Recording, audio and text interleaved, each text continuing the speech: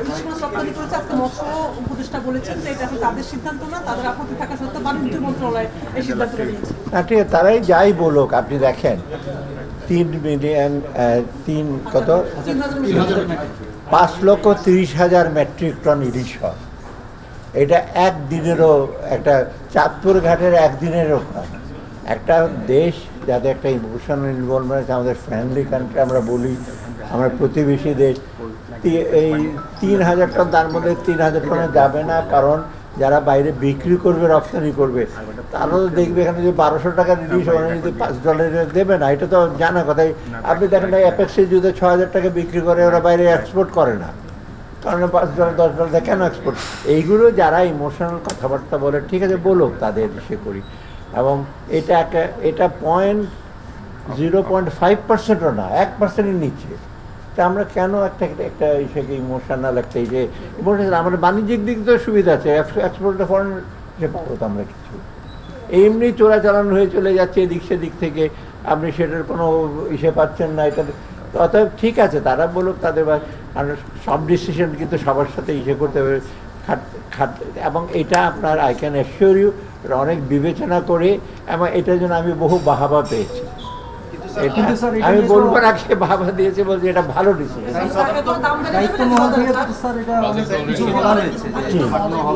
ও দায়িত্ব মহল একজন বলেছে, আরেকটা আরো বড় দায়িত্ব মহল বলেছে পাঠানো যেতে পারে। ওটা কোনো, এটা আমি বুঝলাম না। 3,000 টনের মধ্যে ঢাকার চেম্বারে আছে 200টা ইলিশ, তার মানে 200টার বদলে 150টা আছে, 50 টাকার দাম বাড়িয়ে দেবে। দাম তো এমনি বাড়ায় ব্যবসায়ীরা, এটার জন্য দাম বাড়িয়ে দেবে। যাই হোক, এটা আমি মনে করি এটা ডিসিশন হয়েছে, এটা গ্রেটার ইন্টারেস্টে। হ্যাঁ, কিছু লোকের অসুবিধা হতে পারে, বাট আমি মনে করি না এটা একটা বিরাট একটা কিছু ক্ষতিকারক। আমার মনে হয় আরও লং রানে আপনার জন্য একটা পজিটিভ ইস্যু হয়েছে।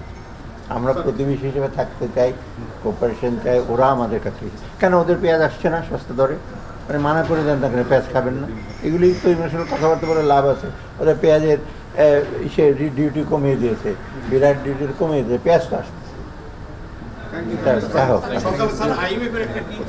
আচ্ছা না, আমি আর এত দিতে যাবো না। আমি বলি আমার 4টা টিম আসছে সকাল থেকে, IMFটা একটা, তারপরে ইফাদ শেষে, তারপর আছে কোরিয়া, তারপরে ফ্রান্স। কারণ IMFটা তেমন কিছু না, IMFটা একটা প্রিপারেটরি, ওদের একটা মিশন আসবে, তখন আমরা বলবো IMF কী করবে। সে আসছে খালি কতদিন থাকবে কারা। তো IMF তো আমাদের একটা মেজর বাজেট সাপোর্ট দেয়, এবং এটা আমরা সংস্কার করছি যেটা IMF সহায়তা দেয়।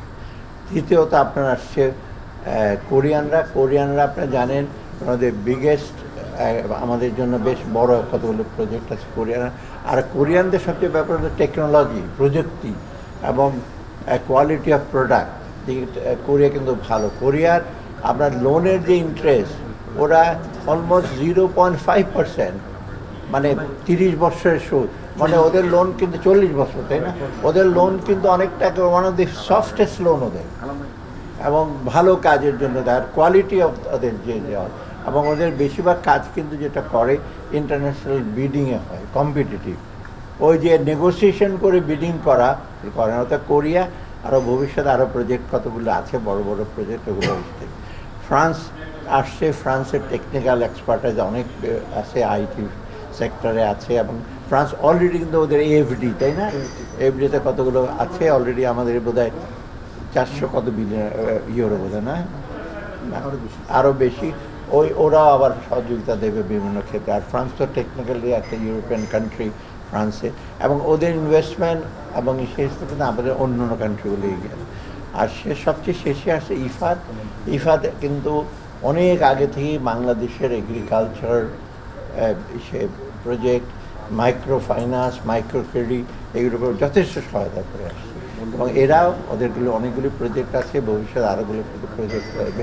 এবং আমরা বিশেষ করে আজকে কথা বলেছি পোস্ট ফ্লাড রিহ্যাবিলিটেশন, এগ্রিকালচার পুনর্বাসন, এই ব্যাপারে তাদের যা যা করা যাতে সহায়তা করে। স্যার, ফ্রেঞ্চ প্রেসিডেন্ট বাংলাদেশ সফরের সময় $1 বিলিয়ন একটা মানে